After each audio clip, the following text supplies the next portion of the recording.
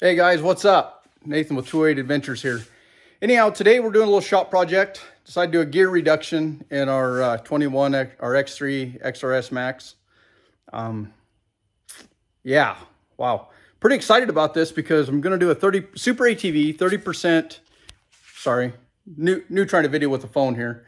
So doing a 30% gear reduction on my X3 Max. The reason I'm doing that is most of my riding, I really enjoy more rock crawling, being able to have that control. As you know, when I had our Polaris, our 2017 XP1000, I did a 27% gear reduction in it and absolutely loved it. We ran it. That thing would still do 70, 75, even with that reduction in it.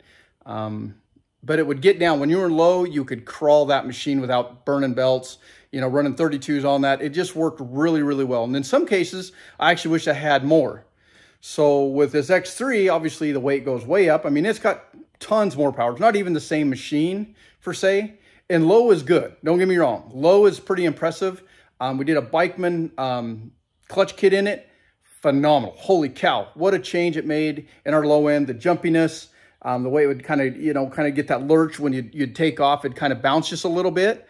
That got rid of that. And not to mention in the sand, when you were running hard in the sand, no belt smell, no nothing. The thing literally felt like you could climb all the dunes at half throttle, where prior to that, we were on the floor pinned. I'll do some videos of that. I'll have a video posted of that when we're down in Coos Bay, Oregon, running in the sand, difference here and there. So maybe I'll put a clip in this. I just want more for rock crawling. I'm planning on doing 35s. I got 33s on it right now. I plan on doing 35s. I really enjoy Sand Hollow, Moab, that style of riding. I mean, not to mention the trail riding around here. So this, I think, is going to be a really good plus, and maybe it'll be too far. I don't know. We'll try it. Like I said, low is good. It works, but you can still do 30, 35 in this machine in low. I know people say, oh, it's way geared down, whatever. Well, watch your RPMs. Put it in low and watch your RPMs and tell me where you're at. It sounds like you're revved up, and you are. I mean, it's loud, but it's majority of clutch noise. Even with brand new clutches, I take care of my stuff. I mean, they're blown out, they're clean. This thing's only got, I think, maybe 2,500 miles on it. It's still high geared for me for low. I know you see people 35s, 36s, or bigger even on there and working, but watch how that machine's climbing. Watch how it's crawling, how that front end bounces, how it lurches. You feel that thing's literally shaking on that initial little get-go. It doesn't have to be that. That's actually the belt slipping on the bottom end. I don't care what anybody else says. I know enough about sleds and all the years doing this stuff that it's not. You're slipping the belt, and it's grabbing. That clutch is grabbing, slipping, grabbing, and that's that jerk. Anybody that's ever driven a Kawasaki knows how smooth it can be, because the Cowie is freaking smooth. Yeah, so anyway, we've got this thing kind of tore apart. You can see where we're at. I probably should have videoed the first little bit, but there's some other videos on there how to take that out. And definitely I throw some kudos to the other guys that have posted some videos on this.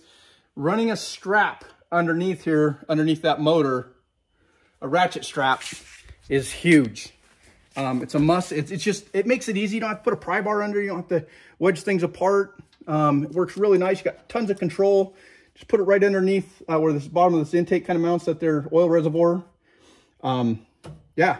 So I'm getting ready to pull this thing out. It actually wasn't as bad as I thought it was going to be. It was pretty easy, really. 5 bolts here in the back, get it out, undo the exhaust, get that the muffler out of here, get that out of the way. Bolts out of here, taking the clutches off, getting them out of the way, getting that cover off is a must. Just save a ton of time. The thing that did take some time on this was the smart shock. So try not to tear up the wiring. You notice right there. So when you're dropping these things out, you got to be super careful not to tear them up. But you can unplug them and get them out of there. I decided not to. I didn't see the need for what I was doing. I was able to drop these. My axles came right out.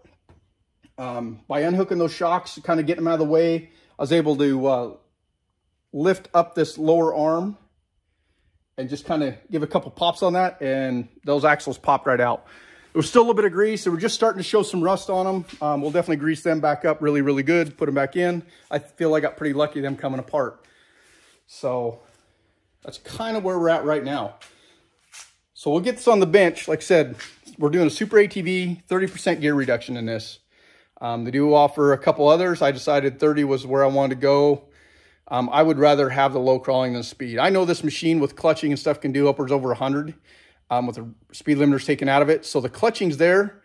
I mean, that's still 70 even at 30%. So that's more than enough. And then you do bigger tires, you're going to be back in that 80 mark. I'm pretty sure it'll do that, but I could be wrong.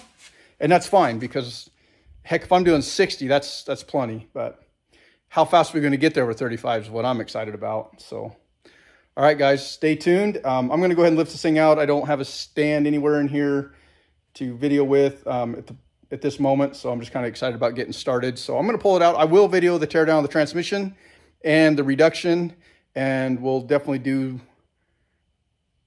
put in some before pictures of this and little video clips of some stuff we're doing and whether this thing's climbing, and then we'll do some after. So definitely stay tuned through the video and watch this. It'll be pretty exciting. Everything's out. That coming out pretty nice. You know, like I said, with everything removed, I set it up here real quick and just went ahead and started taking it apart. Took all the bolts out here. There is a cap that went on top right here. I did take it off. You can kind of see it was sitting on top of the cases here. Took it off. There's gear set behind it for the shift linkage. You'll take one bolt out, take the gear off. Anyway, pull that apart. The Can-Am crew did a really good job on explaining how to pop this thing apart, and they also took that transmission out of the machine. I watched a lot of their stuff, and really a good shout out because I thought they did a really good job on taking or explaining on how to get that out. I know he did it with the clutch cover and the clutch, the primary still on the machine, and fought that. Definitely, like he said, get that thing off because you do.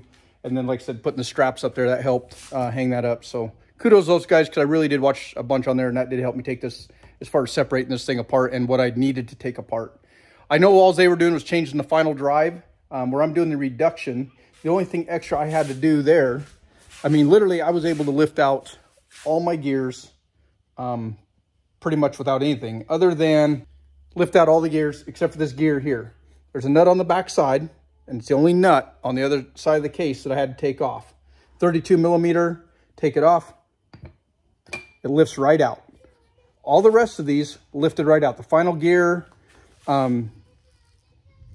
snorkel shaft that goes to the front end, this setup, I mean, everything just come right apart, which is cool because all these literally, the bearings, everything just slides off. I didn't have to press anything at this point. Come right out. So this is a Super ATV set right here. This is their gear set. These two right here. So I will have to press this gear off.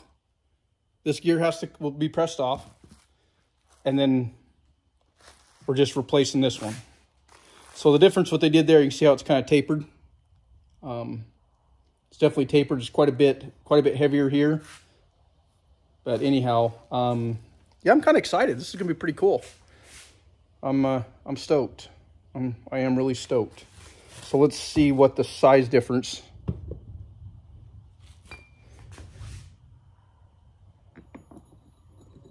Not a lot per se. There we go. You can kind of see that.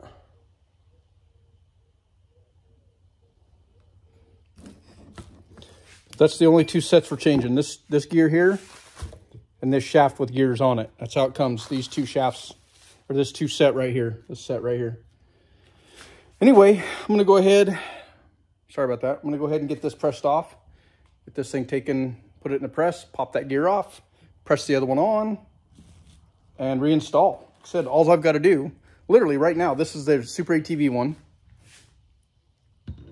Set it in, drops right in place. See that? Sets right in there. It's actually ready to go. I'll put the nut on the back side, tighten it up, and then everything else will just go in. So we'll set this in here aside. I'll go press this one off, and we'll go from there. Okay, update. So went ahead and got these gears off. Thought I could just press that right off. No way in heck. 20-ton press, no go. I literally had to get the torch out and use the torch to heat that hot enough. That gear is flat bacon right now. When I was heating right around this area right here. I'm trying to keep the heat off the shaft. You can kind of see that shaft. Let me get a glove in there. This thing's still pretty hot. So anyway, kind of see the shaft. that's where that is. There's no splines or anything. This gear, this is the new one, Super ATV, this will press onto that. So to go on here, what I'm going to have to do is I'm going to have to heat this gear, and I will use a flood lamp, a halogen flood lamp. I love that with bearings and stuff. I don't like putting direct flame on there, especially on a bearing or anything, or even gears for that matter. I could heat this up with a torch, but I'm just going to use a flood lamp, not that big a hurry. I'll let it heat up with that 1500 watt light bulb. It'll smoke these gears. It'll get them really toasty hot. For that gear. Anyway, I'm also going to put a retaining compound on this. Had a little bit of green retaining compound. They'll use it for like a Loctite sleeve retaining compound. A lot of them, when they do that, when they press stuff on, they'll put a little bit of that compound on, and then they'll drop that gear on there. And I dug that out with a screwdriver in between here. There's a little relief cut back in there, and that was full of some of that green retaining compound. So anyhow, that's what it looks like without the gear on there. She's still pretty warm. Let's see, so that compound, I dug it right out of there, right in the bottom. So new gear going on, and like I said, I'm gonna have to heat that up. So what I'm gonna do is I'm gonna take this and put it in the freezer and get this as cold as I possibly can. If I had some dry ice, I'd probably go get that, but I've done that before too. Use dry ice and then heat this up, and that will just slip on there. There's no reason to press at that point. It should actually slip right over. It's amazing how much this stuff will grow with heat or shrink with cold. So between freezing this and then heating this, slip it on there, let it set for a little bit. It'll be locked on. It won't be coming off.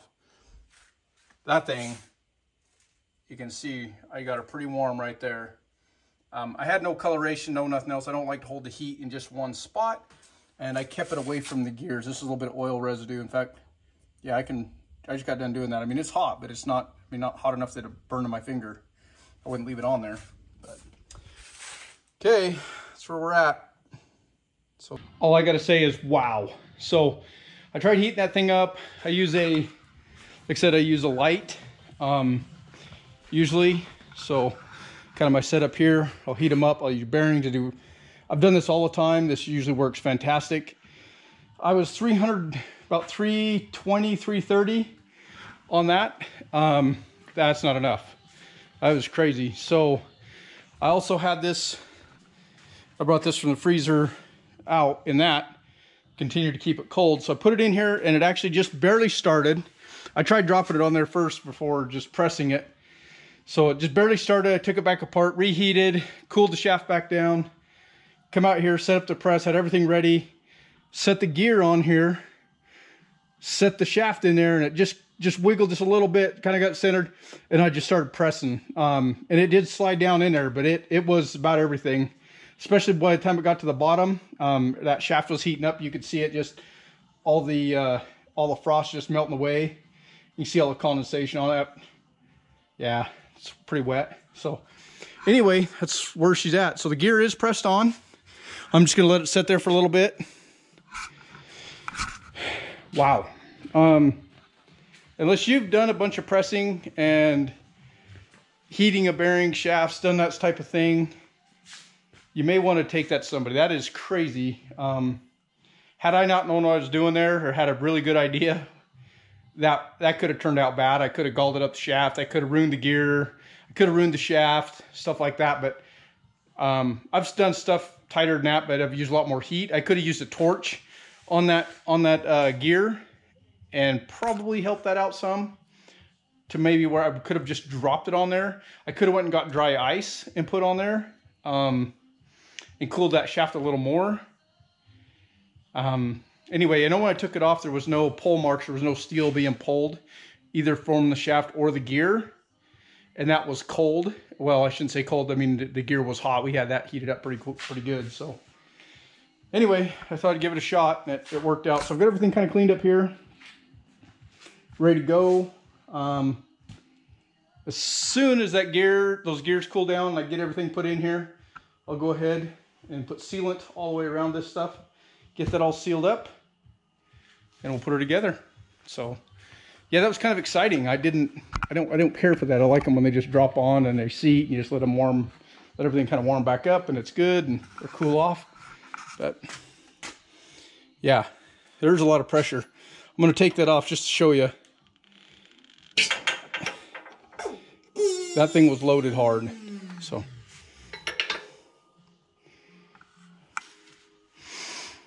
the green Loctite is in there. Sleeve compound. So all right, till the next part. Okay guys, you didn't need to see me fumbling around putting that transmission stuff back together. It did go really, really well. No issues after that. Like I said, just a bunch. Make sure you got that shaft cooled way down and you've got that gear heated up. I know a lot of people are putting them in the ovens. I've talked to some different individuals messaging back and forth, and they put them in the oven about 350, and they said that worked really well. And that made sense. And then use dry ice to cool that shaft. I just was lazy and didn't feel like going to town and getting some dry ice. But anyway, we did get her. So this is up at Boulder City, and this is after the gear reduction's done. And this thing's a rock garden going up through this particular section. You guys seen this on the videos and stuff. I can do this like at 2 miles an hour with this. Before you were 4 or 5, and you kind of had to have your foot in it. Now I can rest. I can put an eco mode and just rest my foot on there and hold that thing like at 2 miles an hour, and it literally just rolls over the stuff. The tires come against something and they just roll up and over it. It took out that jumpiness. You know, the clutching helped a bunch, and I'll put a video of that, or a clip of that at Coos Bay before and after. You can see that in the clutching, but this just made it even better. Pretty wild. Very excited with it. If you got any questions or anything, put them in the comments on this reduction. Very happy with it. I've got probably close to, I don't know, 700-800 miles on it now. Maybe not quite that much. It definitely took the top speed. My top speed is 69-70 miles an hour at 8100 RPMs, and that's pretty much topped out. I plan on changing the weights around a little bit just to throw a little more weight in the lower end, so the RPMs will drop, because just cruise speed, the RPMs are up. So just be mindful of that. You may not want a full 30%. I still kind of question it, but I am so happy the way this thing crawls, and the engine braking coming down, just keeping that engaged. It stays engaged with that clutching really well at the real low RPM, and it will just crawl down. I come back down through this and it just crawled. I hardly had to use the brakes. It just walked itself down. I couldn't be happier with it. So anyhow, I hope you enjoy this. If you guys haven't already, please subscribe to the channel, hit that like button, support us, and we'll keep this content coming to you. Thanks guys, appreciate you.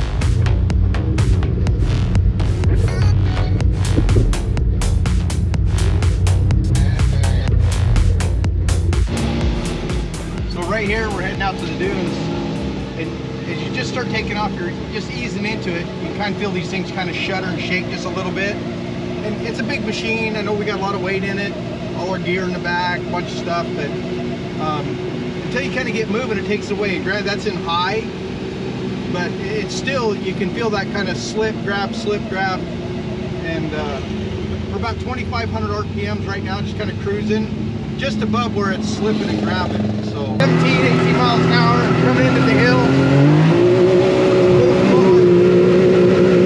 73, 74. So it definitely is not really there. Only run that 7,300. And that was in 4 high. It really does surprisingly well for not having sand tires.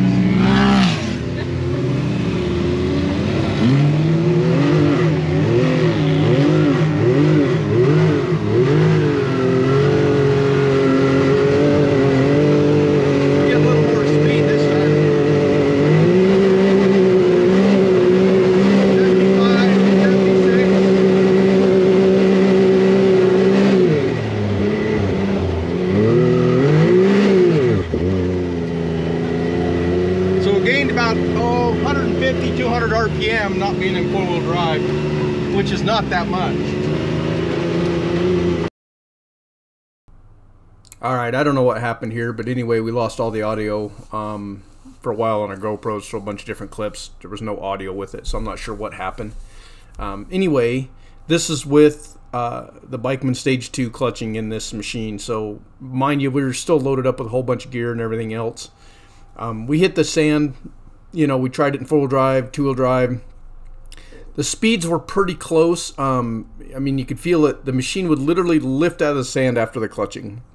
Before doing this particular pull, four-wheel drive, you would, by the time you got to the top, you smelt the belt. You could smell it. It's like, holy smokes. Like I said, we were only pulling like 7,300 RPM, maybe 74. And with the clutching in it, I set it up to pull 8,100, and it went right to it. Just boom, right to 8,100, and that machine literally lifted out of the sand and would go. Totally changed it. So it worked really, really well. So in conjunction with the clutching and then doing that gear reduction, you know, the smoothness out of the bottom just amplified, took away that jerkiness, and it just works really well. Super stoked with it, with the combination. So I wish I had the audio here because I did talk about a bunch of it, and I obviously can't remember everything that went on there. So I will put a full video of this Coos Bay trip. We'll put one together after this and do it, because it was a lot of fun. We were invited down there to Coos Bay with Bikeman, and we went down and installed a bunch of stuff, some of their parts and clutching and pipes and stuff like that, exhaust systems. So that was a good time. Absolutely. So definitely a good product. Super happy with that clutching in the machine, so, and the gear reduction. So hit that like button, subscribe to the channel if you haven't already, guys. Super appreciate all your support, and you guys have a good one. Thank you much. This view though, gotta interrupt for this view. Again. When I was young, my daddy said, gotta keep on